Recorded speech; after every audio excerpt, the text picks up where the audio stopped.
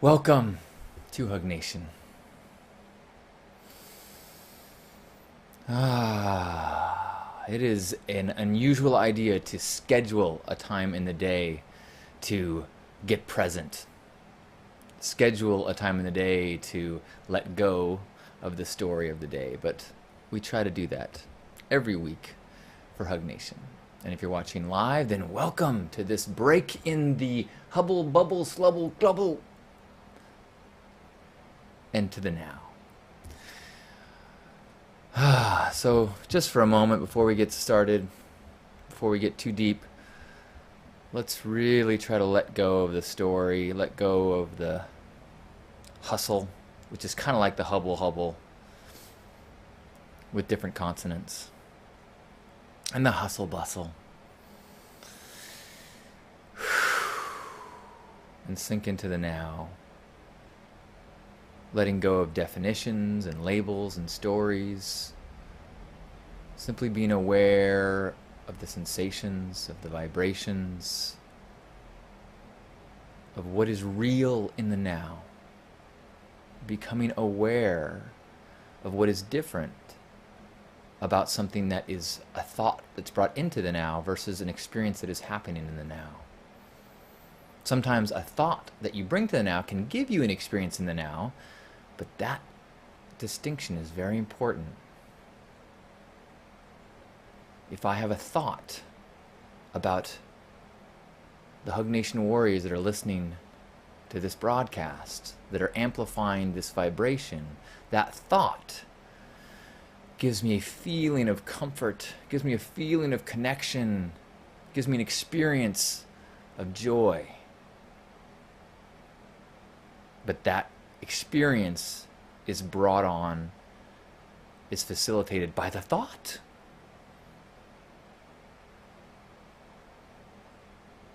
So that thought is a good thought. So I hold on to that one. Practice holding on tight when the thoughts give you good feelings and joy. But then another thought of, okay, I need to catch a train by 4, which means I need to get all packed, which means, oh my gosh, it's 91 degrees outside. I got to do all that packing. I got to carry all that, my luggage in the heat. That's going to be, now I'm experiencing anxiety. Now I'm experiencing worry, frustration. I'm imagining future scenarios that have not happened yet. And I'm having an experience not of joy, but of suffering. But that suffering is not happening. That suffering is facilitated by the thought. And so that thought, I go, no, I'm going to let go of that one a little bit. And go back to what is real. Remind myself what is real. The only thing that is real is a man sitting in a chair speaking with his eyes closed. Thank you, Byron Katie, for that lesson. And in that place, I'm at peace. I have nothing I need to do. I simply need to be present, be in integrity, align with love, and then takes the next logical step. Not logical, take that back. Take the next step that I'm called to take, if any. And in this moment, I am called to open my eyes, say welcome, and thank you for being here. Thank you, universe, for all of these gifts. Help us to appreciate them.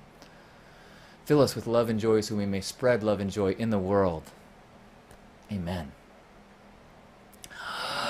Welcome! Thank you for being here. Woo! Man, things are going a mile a minute in my life. At least that's the story. In the now, everything is perfect. But there's a lot going on, and it is related and inspired what I want to talk about today. And I want to talk today about leadership.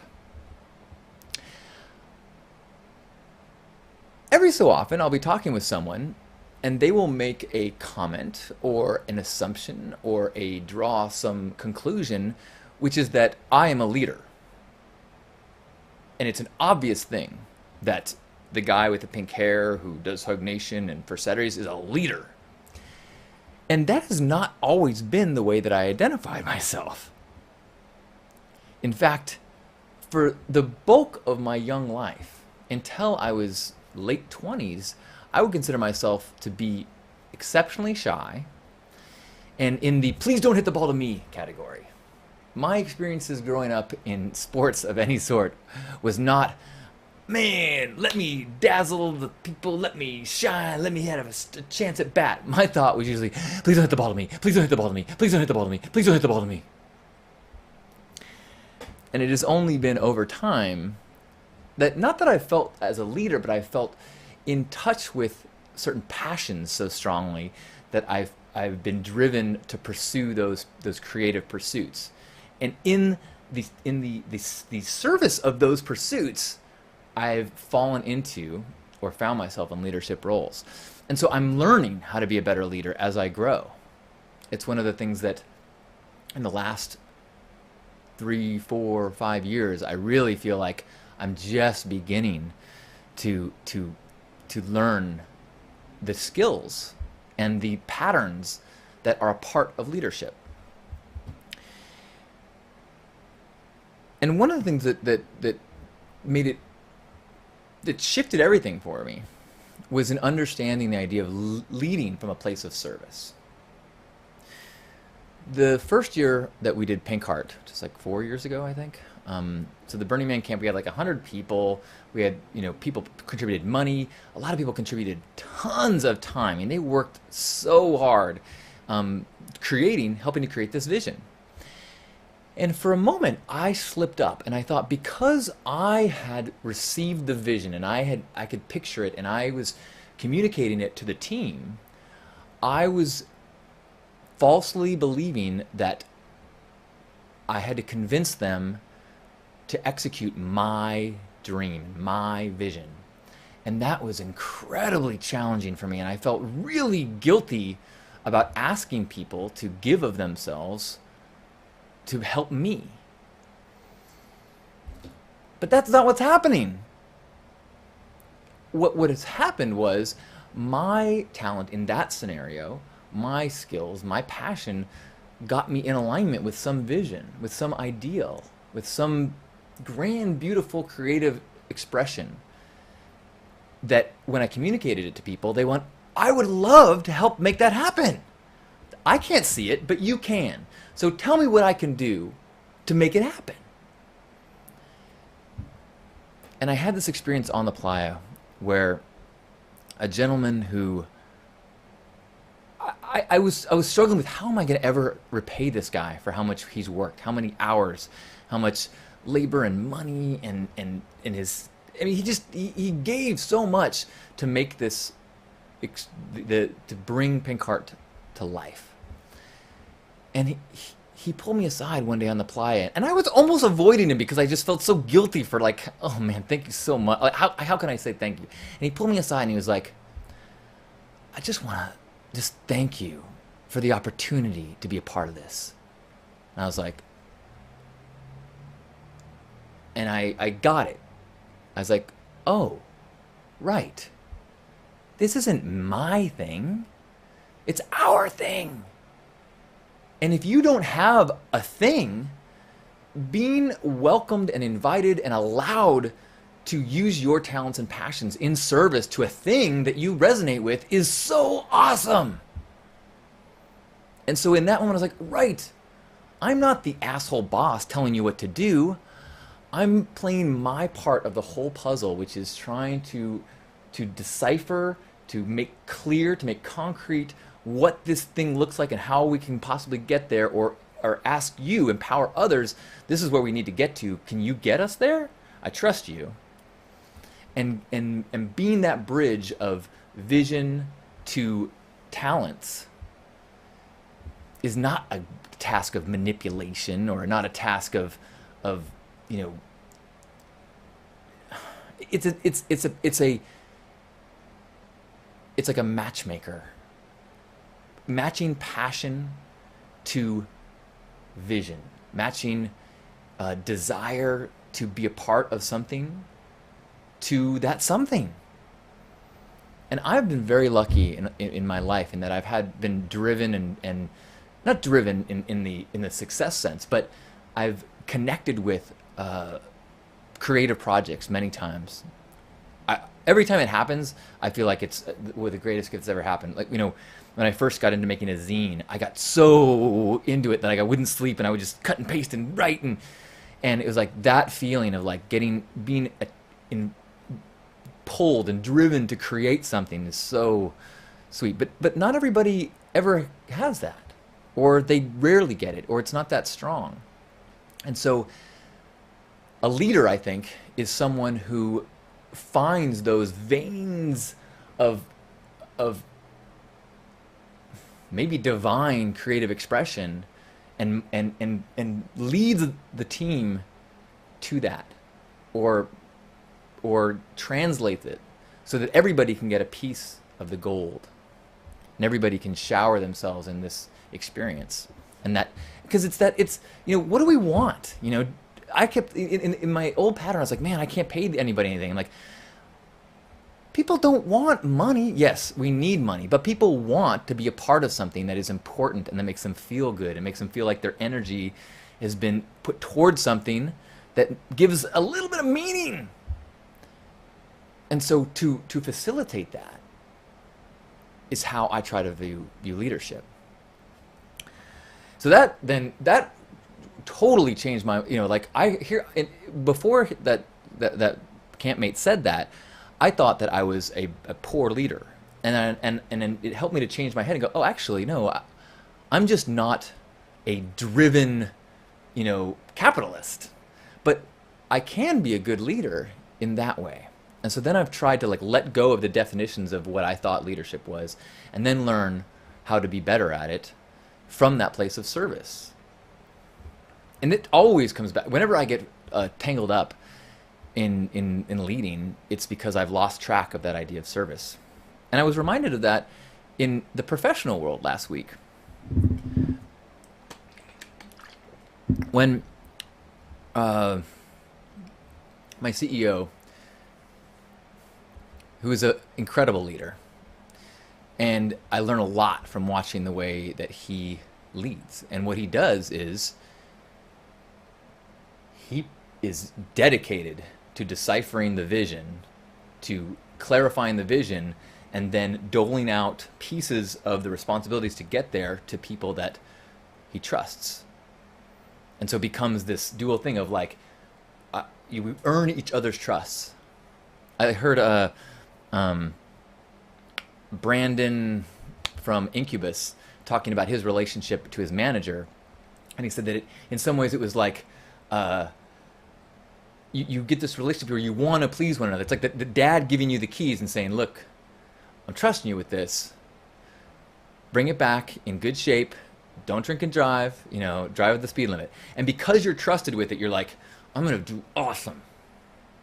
Not that I think of my CEO as my dad, but he does dress kind of like my. No, I'm just kidding. And he doesn't use the word CEO either, but I don't know how to explain it except for the guy that I follow. And we had an interesting, for me, it was an interesting experience when early on in our relationship, he said, look, you're not what the textbooks say I should hire. The board would not encourage me to hire you, but I believe in you. I think you're exactly what we need, and I'm going to make a bet on you. And I need you to make a bet on me. And in that moment, I was like, Captain, oh Captain, yes, I will totally take that bet, and I will follow you because you are playing the role exceptionally well of leader, of seeing the vision and bringing it to people, to a team that can then, together we can create something that none of us could do ourselves, or we don't see this thing. And so it was this welcome opportunity to be a soldier for someone else. And that's not been my go-to place. Even though I haven't been a leader my whole life, I also have not been a follower. And I think there's a difference between being a follower and being a soldier. I'm not sure if those are the right vocabulary, but to be a soldier, I'm saying, I trust your choices. I'm not going to second guess everything you say. I'm going to say, we check in once in a while, and then when we go off and we do our missions, then we check back in and we do our missions. And while I'm on my mission, I'm not worrying about your mission. I know that you're a badass. You're going to do it. And I know that you are saying the same thing about me. And here's where I got the other lesson about leadership. Because within this structure, I've got a leader and I'm a leader. I've got projects that I'm in charge of that I need to lead. And one of the things that I'm leading is this design team, this outsourced team. And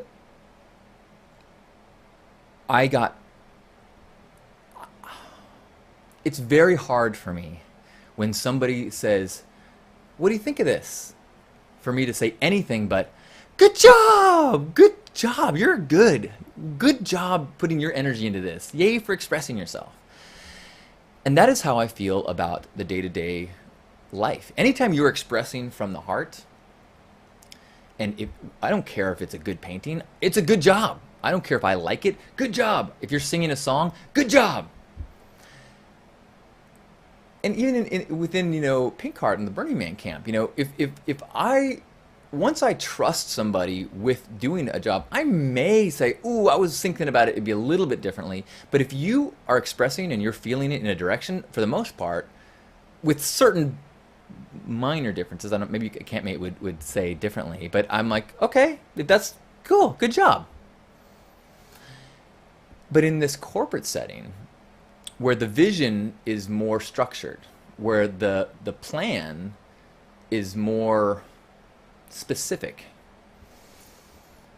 and where the other generals have higher expectations of one another, I don't have the luxury of saying, hey, whatever, man, good job. And so I got a little coaching saying, look, this team that you're managing is actually managing you. They're setting deadlines, they're setting timelines, they're telling you what they're going to do next. And you need to lead. You need to step up. And that was not my comfort zone. And so the way that I was able to kind of stretch and grow was to go back to that same place of, okay, I'm coming from a place of service. I'm of service to my teammates because they have trusted me to execute this at a certain level. And if I don't think that, if I'm not totally satisfied, totally proud at the level of everything, then I need to push. I need to push my team that's answering, it's answered to me, and push myself. Because I'm of service to them, and all of us are of service to this company, this project, this vision that is of service to all on a grand global scale. And so while it totally made me uncomfortable and it totally required me to step out of my comfort zone and play a role. In fact, my coach, my CEO, last week he told me, look, I need you to act more like an executive. You are a high-level executive in a big company, and I need you to act like it. And he called me back today and he said, okay, I want to amend what I said before. I don't want you to be a high-level executive. I want you to play the role of a high-level executive. Stay exactly who you are, but understand what is required of a high-level executive and play that role. Put on the costume, step into it, and act that way so that we can get to where we need to go. And you know what? I appreciated the first advice, that I need to learn how to step up, and I appreciated the second advice too. The final leadership lesson that I had this last week was within the Pink Heart Camp and the leading of that and the organizing of that.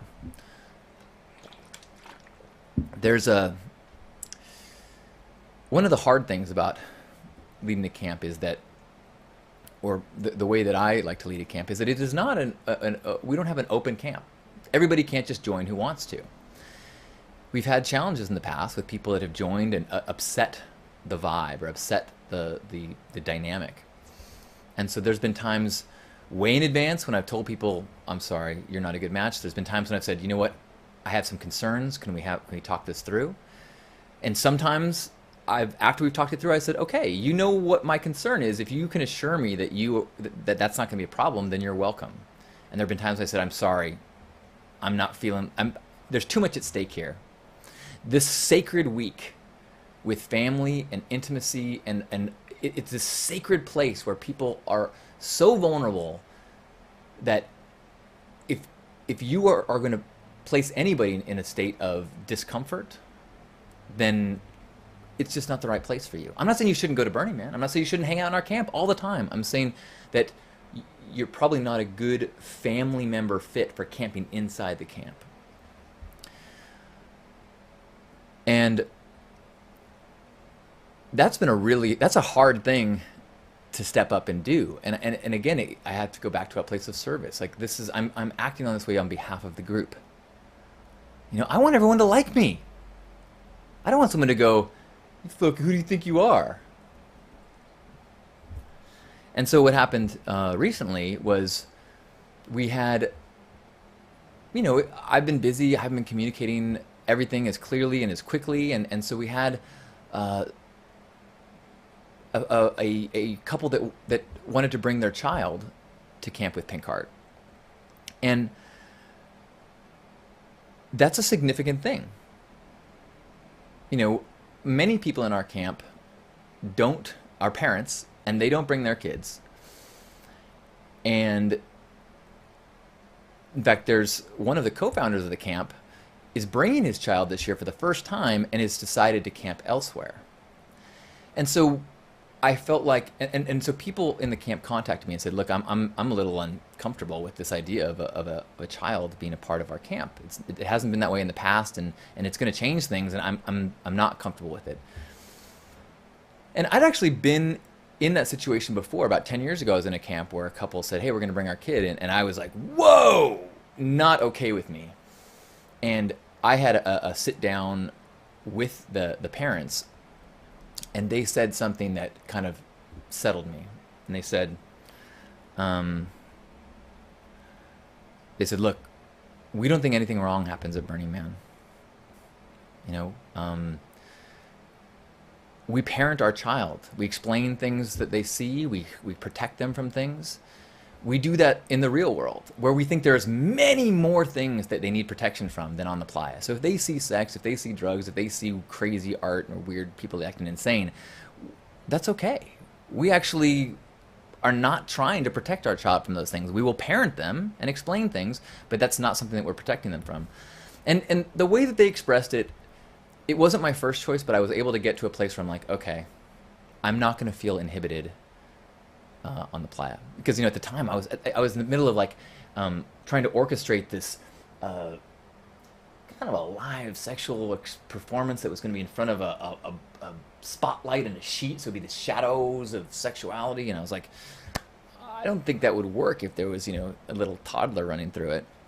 But in that scenario, I got to a place where I was comfortable to it. So I asked this couple if they wanted to have an opportunity to explain themselves and their situation to the camp, and it, unfortunately, or fortunately, very quickly it was clear that we were not going to find a common ground. And there were a number of people who were like, "This is not what I don't want to be reminded of that I'm a parent. It doesn't even matter that you're okay with your kid seeing me naked. I don't want to worry about being naked around a kid or acting in a certain way." And so the conversation, the open communication was beautiful, but inevitably feelings were hurt. And I felt like shit. I don't want to make anyone feel bad. And it was that same recurring reminder of like, okay, I have to be of service.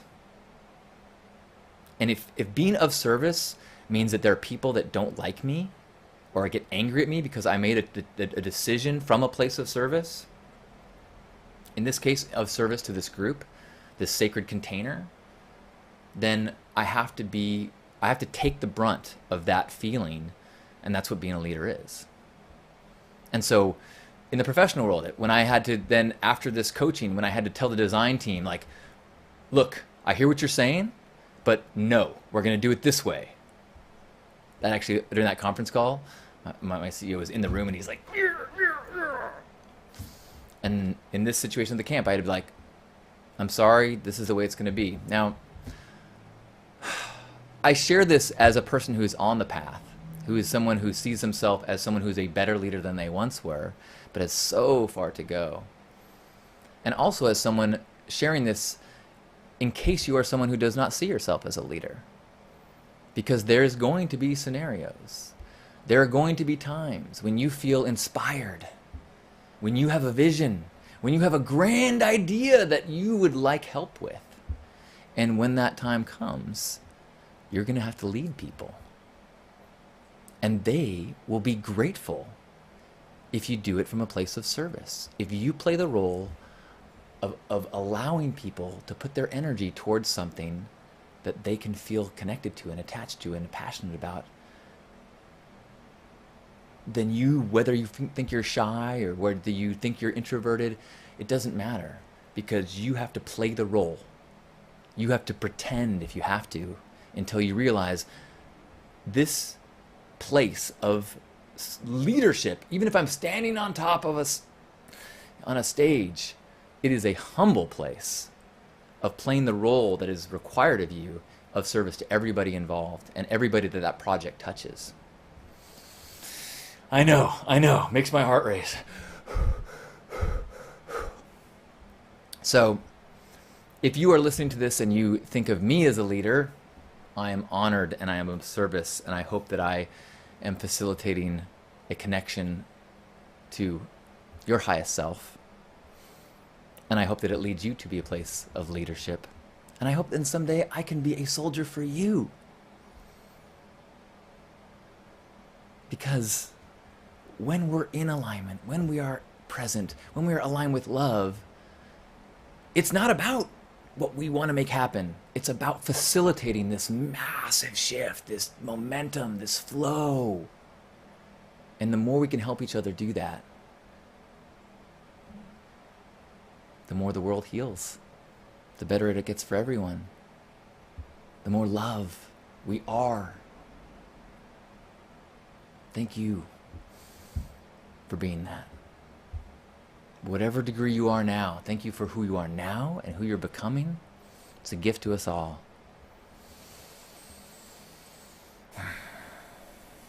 I love you. Will you join me in a hug? Can I lead you in a hug? Grab yourself by the shoulders. Oh. We are individual bodies. We are a one conscious vibration, and so as we squeeze ourselves, we're grateful for what makes us individuals.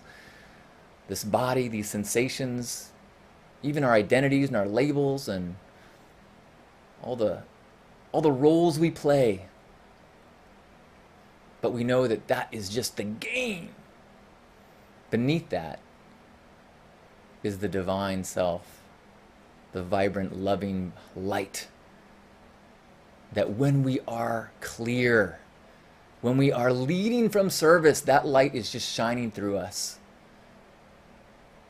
And we are not making anyone do anything. We are simply letting that light shine the way. A light that we didn't create, a light that we may not even steer, a light that we simply allow to shine the path. And as we see the path, we share it. And we take those steps in integrity, in love, and we have faith that it takes us to a place that is better, that is more connected, that is more loving, that is more fertile ground for creative expression. So let's take 3 breaths together. In through the nose, hold it for a second, and then out through the mouth. Ready?